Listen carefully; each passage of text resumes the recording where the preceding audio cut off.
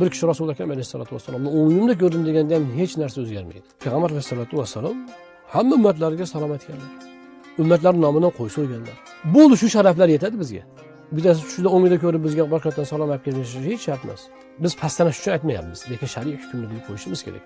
Bir kishi Rasul akam alayhissalatu vassalomni o'ngimda ko'rdim deganda ham hech narsa o'zgarmaydi. Payg'ambar alayhissalatu vassalom bir kishini o'ngida kelib vazifa topshirdilar. Sen 100 ta istig'for ayt, 100 ta hamd ayt har kuni. Juma kuni falon duoni qil dedilar. Shu ish sunnat bo'ladimi desa, shar'an sunnat bo'lmaydi. O'sha odamga vazifa qilsa qilaversin, yaxshi savob, agar rostdan ko'rgan bo'lsa. Lekin ikkinchi odamga shu ish sunnat bo'ladi, Rasulullohdan eshitdim deya olmaydi. Payg'ambar alayhissalatu vassalom masalan ahlul Qur'on ahlulloh, Qur'on ahllari Allohning ahllari deganlar. Men o'g'lim, men yaxshi ko'rganim emas, Allohning ahli deganlar. Ahli Qur'onni shu Rasul Allohning ahli ekan Rasululloh aytdilar deb aytasiz, demaysiz. Odamlarimiz shunaqa. Tushida ko'rgan haligi noaniq narsalarni orqasidan yugurib, yig'lab yurishaveradi. Bu yerda haqiqiy, o'zbekchasiga realniy hadislar turibdi.